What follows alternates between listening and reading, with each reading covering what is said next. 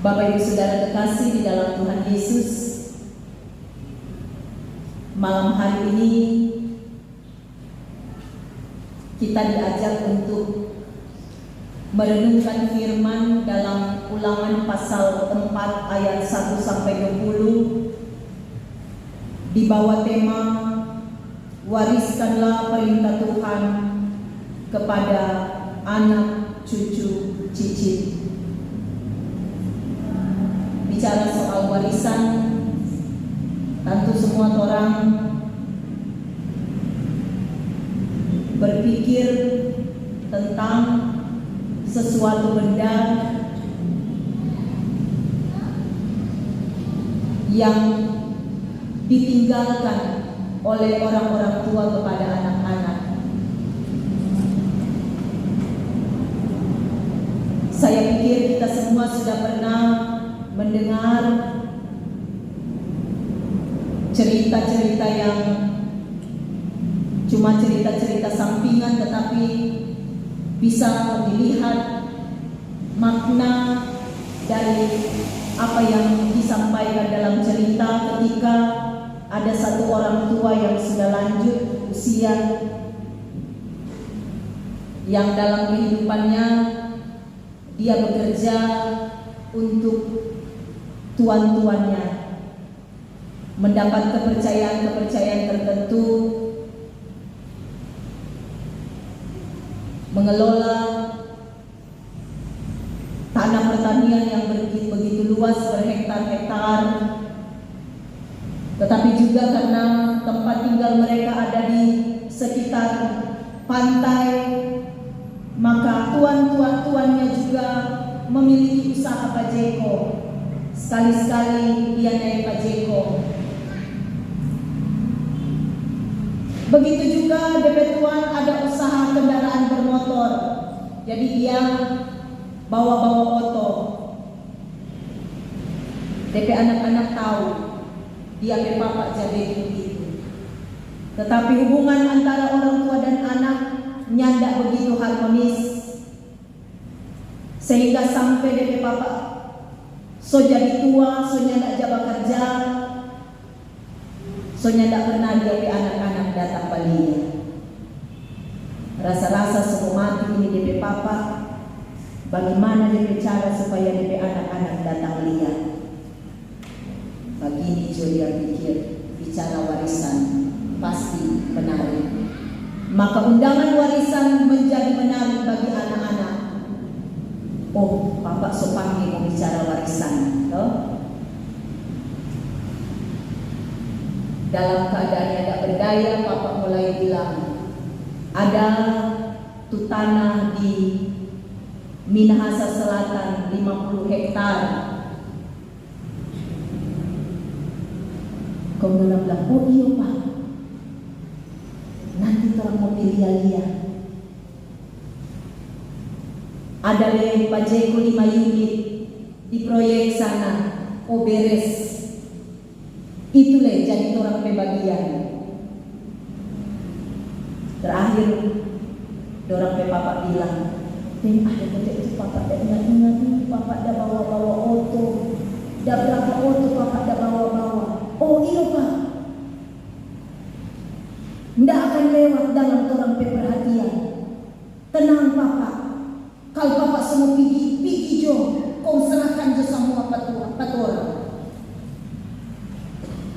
Bapak bilang, iyo, makasih. Cuma Bapak mau sebentar. Mau anak-anak, jangan jual itu kalau Bapak sudah ada. Kena Tuhan bekerja supaya kita tahu. Semangat itu dimaksudkan. Pak, siapa yang boleh jual? Orang mau pakai modal apa? Jangan kasihan anak-anak. Jangan jual itu. Kenapa Pak? Kenapa boleh jual? Bapak cuma mau tahu itu bukan Bapak punya. Bukan Bapak punya.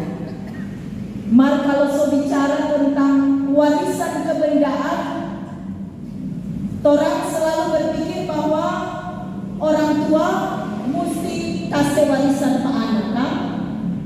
Karena itu banyak orang tua biar sesiksa, dorang mau berusaha, tapi anak dah 5 paling kurang 1 orang dapat 1 rumah.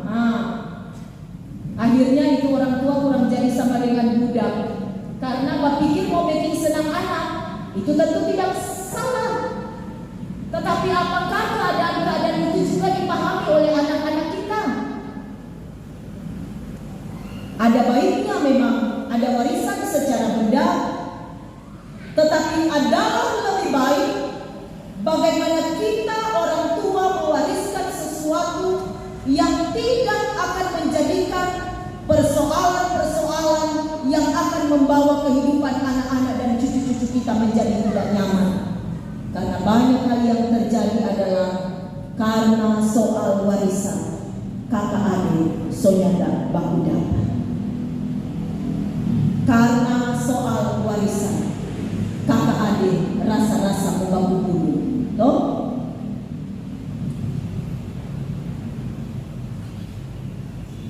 Memperhatikan keadaan-keadaan yang demikian, maka bagian firman Tuhan memberikan satu resep kehidupan kepada kita melalui apa yang dituliskan dalam kitab Ulangan pasal 4 ayat 1 sampai 20 tentang bagaimana pengajaran Musa kepada umat Allah yang telah keluar dari dapur peleburan di tanah Mesir. Seperti ungkapan ayat terakhir pembacaan kita, bahwa Allah telah memilih umatnya, bangsa Israel, untuk keluar dari berbagai-bagai penderitaan di tengah-tengah kehidupan bangsa yang asing bagi mereka, yaitu di tanah Mesir. Dan ketika Allah telah memanggil mereka untuk keluar, maka Allah mempunyai rencana yang besar untuk umat pilihannya.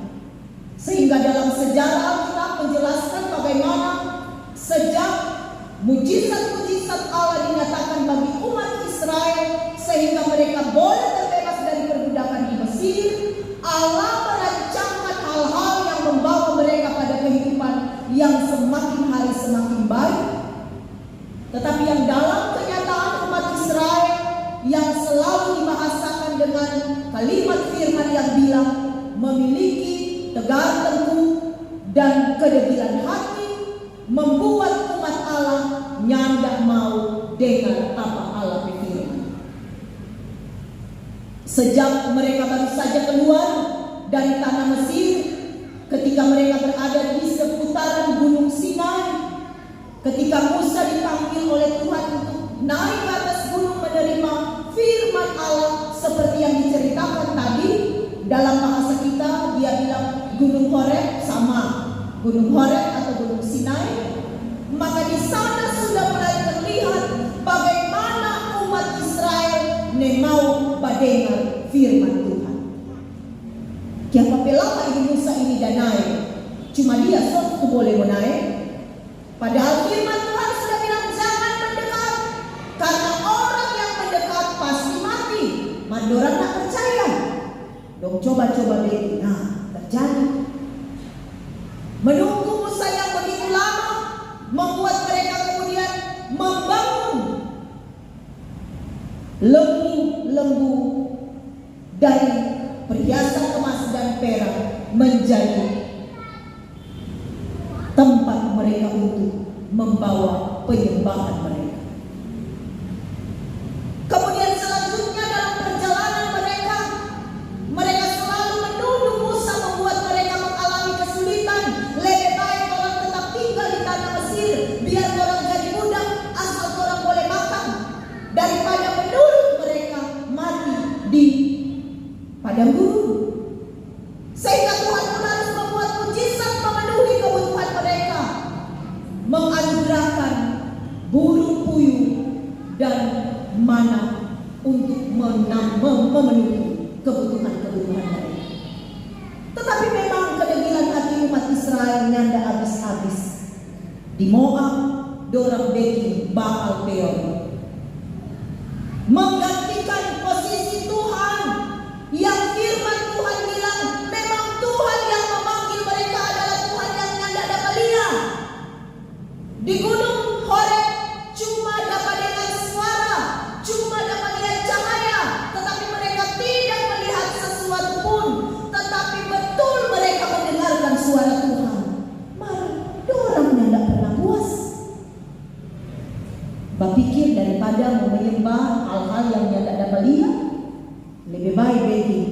Baal Peor untuk menjadi sesembahan mereka. Dan itu yang kemudian diungkapkan Musa dalam situasi ketika dia sedang mempersiapkan umat Allah untuk memasuki tanah Kanaan. Di saat dia menyadari bahwa oleh karena dosanya yang tidak bertanya kepada Tuhan untuk memukul gunung mengeluarkan air, maka dia pun mendapatkan hukuman Tuhan, nyandak masuk di tanah Kanaan. Karena itu, di saat mereka berada di seberang sungai Yordan, Musa mengulangi lagi tentang apa yang Tuhan sudah firmankan melalui Musa kepada umat Allah. Bagaimana mereka memasuki tanah perjanjian, apa yang harus mereka lakukan, karena tujuan mereka untuk dibawa Tuhan memasuki tanah perjanjian adalah supaya mereka hidup dan dalam menikmati kehidupan seperti yang dijanjikan Tuhan dengan berkat susu dan madu yang melimpah. Maka ada satu catatan penting di mana mereka harus hidup takut akan Tuhan. Hidup takut akan Tuhan dan mengikuti seluruh aturan-aturan yang Tuhan tetapkan.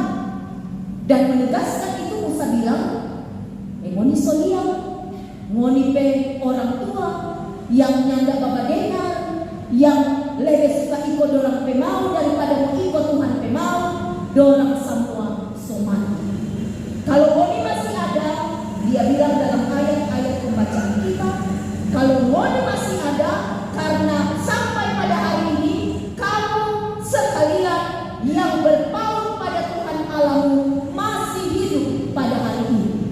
Jadi kalau dorang masih ada sampai saat itu, karena dalam dorang kehidupan, dorang menyatakan kehidupan yang berpaut kepada Tuhan, kehidupan yang mau mendengar Tuhan, yang membawa mereka pada keadaan di mana mereka diselamatkan.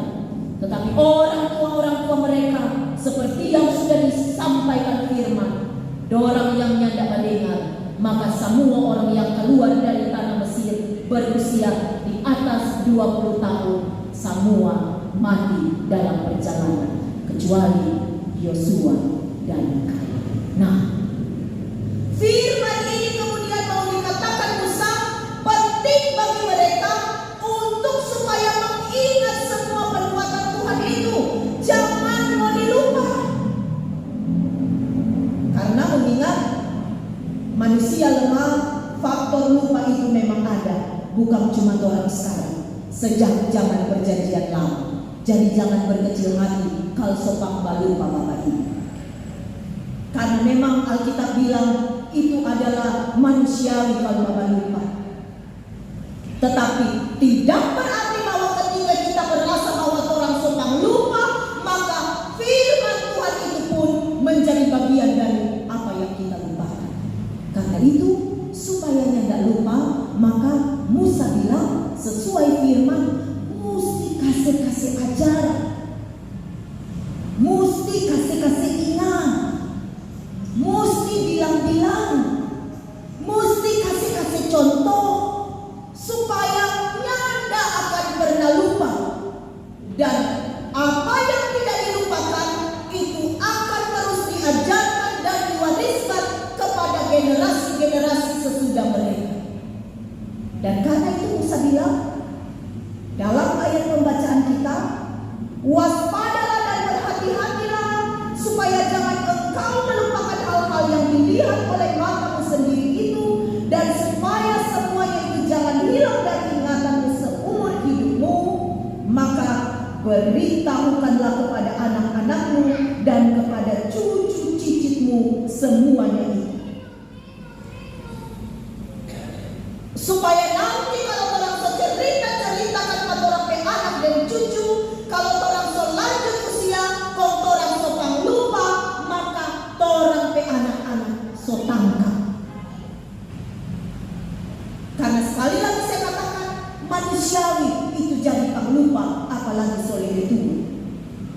Sehingga supaya firman Allah itu tidak dilupakan, tetapi tetap menjadi pegangan kehidupan orang-orang pilihan Allah, maka tidak ada cara lain selain daripada menceritakannya kepada generasi-generasi sesudah kita.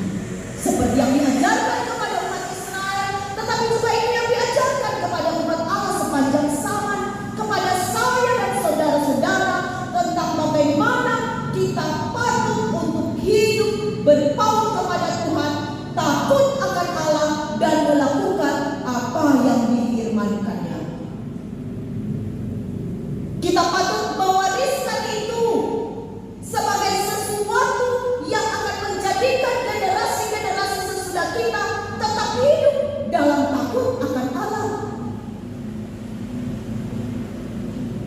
Kita sudah memiliki banyak contoh di dunia ini tentang bagaimana kegagalan gereja yang tidak mewariskan tentang berita firman Allah kepada generasi muda, yang kemudian membuat gereja-gereja zaman sekarang di Eropa akhirnya harus ditutup dan dijual. Karena apa? Soalnya tidak ada orang mau masuk gereja. Karena apa? Tua-tua yang mengenal Allah mati semua. Kok semua berita firman Allah cuma berhenti pada orang. Itu anak-anak muda tidak lagi mengenal Allah, sehingga orang pikir, apa ini rumah gereja? Saya ingat masih pada sekitar tahun 99 sampai tahun 2000. Waktu itu orang ada pelatihan bersama-sama dengan gereja Belanda. Di Belanda, kembali kesaksian dari pendeta yang bilang begini, menghadapi kehidupan anak-anak muda di Eropa yang soalnya gak berterima firman, karena pengajaran firman kepada mereka telah berhenti. Ketika pendeta datang dengan berita Kristus adalah jawaban kehidupan, kong dorang balik tanya ke pendeta, kong apa dia pertanyaan? Kalau Kristus dia jawaban, mau apa dia pertanyaan? Karena pemahaman iman yang tidak lagi bertumbuh dalam kehidupan orang-orang muda, sehingga mereka tidak memahami lagi tentang ajaran-ajaran Kristiani, sehingga mereka tidak lagi mendapatkan pengenalan akan Allah yang memerintahkan kepada mereka tentang bagaimana mereka harus hidup sebagai orang-orang beriman. Dan karena itu, supaya generasi-generasi kehidupan kita tidak putus dalam hal pertumbuhan iman dan pengenalan akan Allah, maka sebagaimana firman Tuhan mengajarkan, Torah ne boleh berhenti untuk mengajarkannya. Dan firman Allah katakan bahwa justru pengajaran tentang takut akan Tuhan itu menjadi satu warisan yang penting kepada anak-anak kita. Warisan yang nyanda akan pernah hilang, warisan yang nyanda akan orang pencuri, warisan yang nyanda boleh orang jual. Nyanda sama dengan pakai anak-anak yang berpikir kau jual, padahal bukan orang punya. Tetapi ketika kehidupan beriman sudah ditanamkan dalam kehidupan anak-anak dan cucu-cucu kita, maka kita percaya bahwa kalau cuma soal kebutuhan jasmani, kalau cuma soal kebutuhan yang mereka butuhkan pada saat mendatang, ya dan amin, dorang pasti akan mampu untuk mempersiapkan untuk kehidupan mereka. Kenapa? Kalau dorang belajar tentang iman, takut akan Allah, dorang akan belajar bagaimana kehidupan yang mengisi waktu dengan baik. Dorang akan belajar tentang bagaimana mengisi waktu kehidupan untuk melakukan hal-hal yang membawa berkat. Mereka akan hidup tentang bagaimana mengisi waktu-waktu kehidupan yang berkasih-kasihan dengan orang lain, topang menopang, hormat menghormati, sehingga kehidupan yang demikian akan membawa generasi-generasi muda sesudah kita sebagai generasi yang kuat untuk menjalani kehidupan di masa mendatang. Daripada orang pikir-pikir mau kasih tinggal tanah berhektar-hektar, tetapi mereka tidak punya kemampuan apa-apa untuk mengelolanya. Karena apa? Orang pikir-pikir asik wak bapak di mama tuang tanah. Jaga-jaga jatuh tanah, nyanda usaha sekolah. Tahun ini jual 1 petak. Tahun depan jual petak yang lain. Sampai kemudian ketika usia sudah dewasa, soalnya tidak ada tuh mau jual, soalnya tidak ada tuh boleh menghasilkan kata, keahliannya tidak ada, kemampuannya tidak ada, kehidupannya tidak bisa diandalkan karena tidak takut akan Tuhan. Dan karena itu firman Tuhan mengingatkan sebagai orang tua, maka hal yang terutama bagi kita untuk mewariskan kepada anak-anak kita adalah bagaimana pengajaran tentang takut akan Allah. Bagaimana kita membangun kehidupan anak-anak dan cucu-cucu kita mulai dari keluarga kita tentang segala peraturan Allah supaya mereka kenal. Mereka tahu bagaimana menjadi anak-anak yang takut akan Allah. Tentu dengan cara orang tua mengajarkan juga bagaimana orang tua memberi contoh tentang hidup takut akan Allah. Karena firman Tuhan selalu mengajarkan kepada kita bahwa firman Allah itu berbicara kepada kita tetapi juga kepada orang lain. Firman Allah tidak hanya selalu berbicara kepada orang lain, tetapi selalu berbicara terutama kepada kita yang melakukannya. Sehingga jangan orang menuntut orang lain melakukan firman Allah, jangan orang menuntut anak-anak orang menjadi anak-anak yang mendengar, padahal orang tua nyanda pernah bangun. Di mana-mana selalu kasus suami istri nyanda bangun sehingga rumah tangga kacau. Di mana-mana kasus orang tua dalam organisasi nyanda pernah bagus ke organisasi karena semua nyanda mau bangun dengan. Padahal kalau di rumah selalu bilang anak-anakku dengar-dengaran ke orang tua. Mari, itu cuma berita buat anak-anak. Itu nyanda berlaku ke orang tua. Tetapi bagian firman ini mau mengingatkan bahwa itu terjadi terus-menerus, tidak pernah berhenti, supaya ini menjadi satu warisan yang indah bagi generasi-generasi kemudian gereja Tuhan, generasi-generasi kemudian keluarga Kristen yang kemudian kalau orang setua nanti, orang akan menyaksikan bagaimana orang anak-anak cucu-cucu begitu luar biasa karena kehidupan mereka adalah kehidupan yang mendapatkan warisan iman yang sungguh luar biasa. Kalau sekarang orang-orang tua bersemangat untuk rajin beribadah, kalau sekarang orang tua bersemangat untuk hidup dalam kasih mesra, dalam kebersamaan, maka anak-anak kita pun pada masa-masa mendatang akan menjadi anak-anak yang sedemikian indahnya. Dan saya yakin itu janji firman Tuhan yang Tuhan katakan dalam bagian Alkitab kitab Mazmur, bahwa orang-orang benar akan diberikan kesempatan untuk menyaksikan kehidupan anak-anak dan cucu-cucunya di masa depan sebagai kehidupan yang indah, supaya sampai orang tua tetap dapat memiliki kebanggaan karena orang anak-anak adalah anak-anak yang takut akan Tuhan. Karena itu firman Tuhan mengajarkan kepada kita, jangan berhenti ajarkan mereka tentang semuanya ini. Pengajaran yang berlaku dari tutur kata, tetapi juga dalam tindakan-tindakan nyata.